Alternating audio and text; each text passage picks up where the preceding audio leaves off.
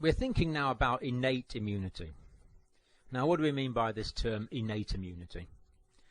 Well, innate immunity is also described as a non-specific immunity because it will protect us against a wide variety of potential infectious organisms. So we've said immunity is the ability of the body to resist infection, and innate immunity it's the kind of immunity that we have by virtue of our anatomy and physiology working against a range of potential infective organisms. The body doesn't have to learn how to be immune to a particular organism in innate immunity. It will just naturally work against that organism. We will naturally be protected against that organism. And the other type of immunity, in contrast to innate immunity, is called acquired immunity. And acquired immunity is also described as specific immunity because it is specific to a particular or a specific infectious organism. And with acquired immunity, the body must first be exposed to the organism, and it must learn how to be immune to that organism. It must acquire the immunity. So at one time with acquired immunity, at one time in the past we were not immune. Then as a result of being exposed to a particular organism, we become immune. We acquire the immunity. And this is specific to individual organisms. But on this podcast we want to talk about innate immunity, the mechanisms of innate immunity that we possess to a wide variety of infectious organisms as a result of our anatomy and physiology. And if you've got one of the white physiology notebooks, you can turn to page 355 and look at this diagram. So let's think about the mechanisms of innate immunity now. And what we'll do is we'll start at the top of the body and work down, thinking about a few of them. Well, one of the first things to think about is in the eyes, of course, we have tears. And tears are produced at one corner of the eye and wash over the surface of the eye towards the middle where they drain in the nose side. So what you can see is the tears are produced on the outside, the lateral side of the eye at the top, and they wash over to the medial side of the eye. So already you can see there you've got a flushing effect, a washing effect. It's like if you had something dirty on your hand, you'd put it under a tap and wash it off.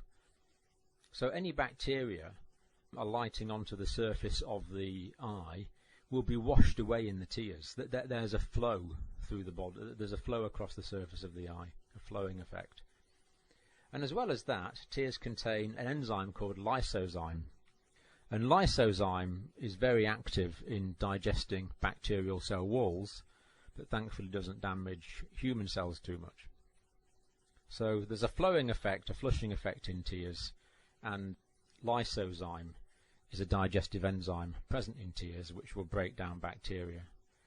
If for some reason these mechanisms don't work, there's a nasty infection called conjunctivitis where the eyes become red and it feels like you've got grit in the eye, very unpleasant, painful condition, which we might need to treat. Going down in the nose we have hairs. Now nose hair is very important because it filters out insects. Sometimes you might look after patients with openings directly into the trachea, tracheostomy. And these patients can inhale insects through the opening if they're outside. So that's why we sometimes have to put a little grid over the surface of the tracheostomy opening. And we actually call it a nose, a meshwork to keep insects out. So sometimes we need to put a nose on our tracheostomies. But the nose contains hair that does this naturally. And the nose, in combination with the mouth, the airways, all of the gastrointestinal tract, are lined by mucous membranes. And mucous membranes, if they're intact, will keep bacteria out fairly effectively. Because as well as an intact membrane, on top of that there is a layer of mucus. And the layer of mucus helps to keep the bacteria out. And mucous membranes are important in different parts of the body. So we've got the nose, the mouth, the esophagus, the gastrointestinal tract, the respiratory tract, and the genital tract, all lined by mucous membranes. And if these mucous membranes are intact, then infection is less likely to get into the underlying membrane. Now, we could illustrate what goes wrong sometimes in this by thinking about HIV, human immunodeficiency virus, which of course can lead to the acquired immunodeficiency syndrome, AIDS. Because studies have shown that if people have pre-existing sexually transmitted diseases which have disrupted the genital mucous membrane, then it's much, much easier for the virus to get in. So if someone has exposure to the HIV virus with an intact mucous membrane, of course there is some risk that they will acquire the HIV infection. But if someone has already got a pre-existing sexually transmitted disease and the genital mucosa is already disrupted, then it becomes much more likely that a certain degree of viral exposure will result in systemic infection. So mucous membranes are very important. The mouth contains saliva, and saliva, again we've got the flushing effect, the washing effect, same as we had in the eyes.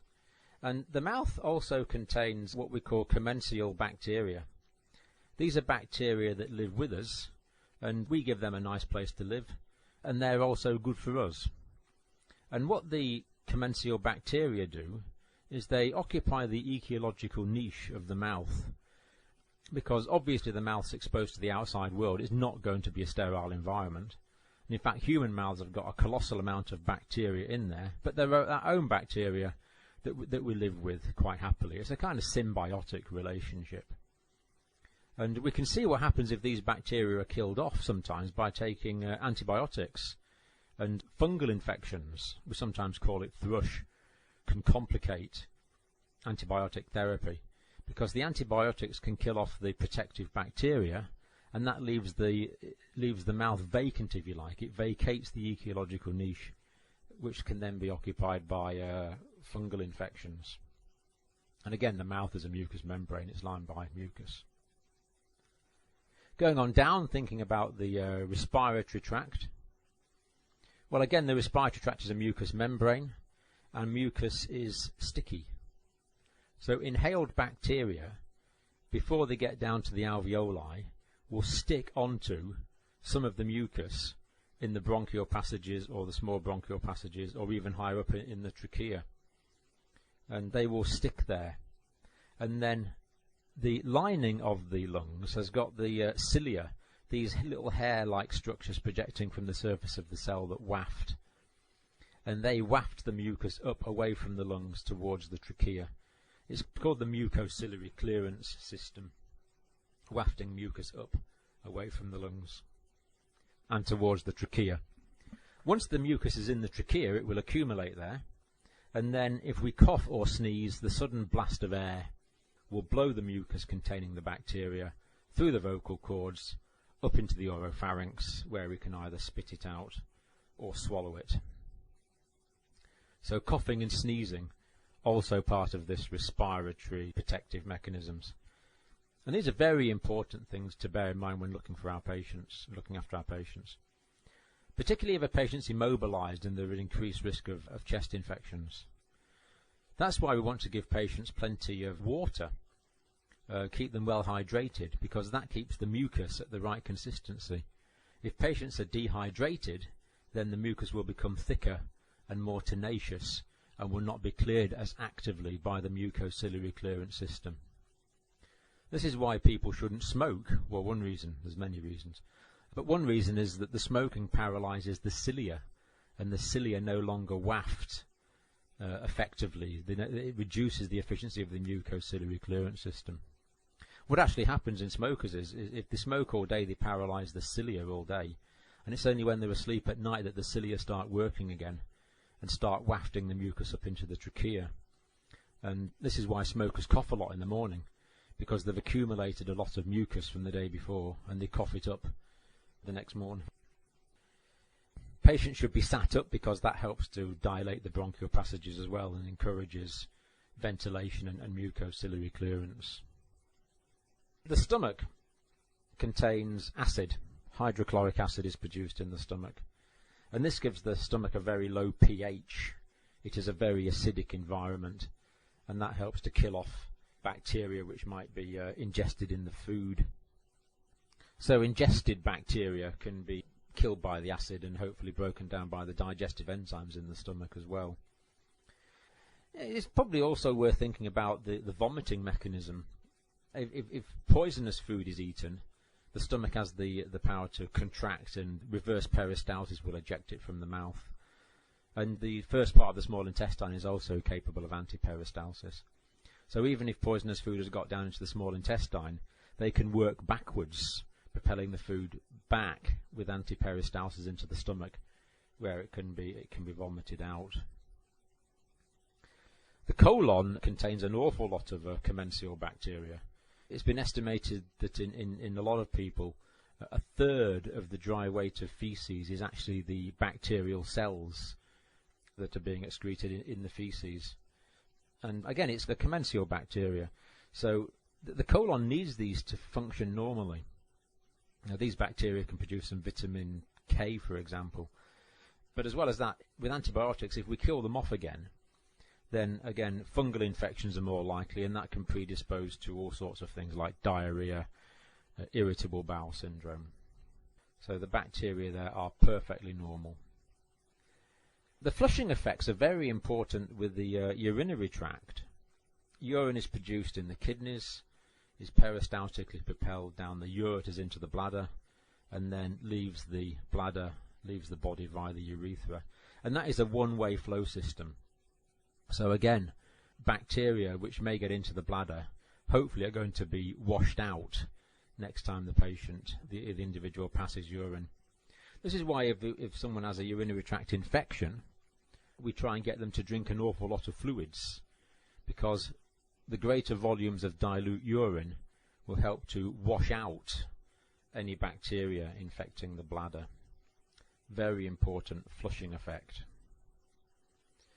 The vagina contains a lot of commensal bacteria as well, and it's also an acidic environment. And again, antibiotics can lead to fungal infections of the vagina, and indeed often do. Seminal fluid contains some zinc. And what I haven't mentioned yet is the skin all over the surface of the body, intact skin. In two layers, of course, the outer layer of the epidermis and the underlayer of the dermis. And when the skin is intact, there's keratin on the surface that's hard. There's sebum produced from the sebaceous glands which keep it moist. There's acid from sweat as well, which is antibacterial. And the combination of all these things is a most effective barrier against infection. There's not many infections will get through intact skin. Not many at all. It's a very, very good effective barrier. But of course that means when the barrier is breached that infection becomes a possibility. So cuts, surgical wounds can become infected because the barrier of the integument, the barrier of the surface of the skin, is broken. Burns, for example, where there's a lot of disruption to the surface of the skin, they are very, very prone to infections. And when we're looking after patients with burns, a great deal of our care is aimed at preventing infection, because the barriers have gone down and infection becomes probable if burns are not very well managed. Now there's a few chemicals involved in the innate immune response as well. Let's think about some of these chemical components of the innate immune system. And the first one I'm going to talk about is complement. Now, complement is actually a series of about 20 proteins found in body fluids and found in the blood. And they actually form a cascade system. So when the first one's activated, further components of the complement cascade can be activated. And some of the intermediates of the complement cascade have immune functions, some of these intermediate chemicals. Some work as opsonins.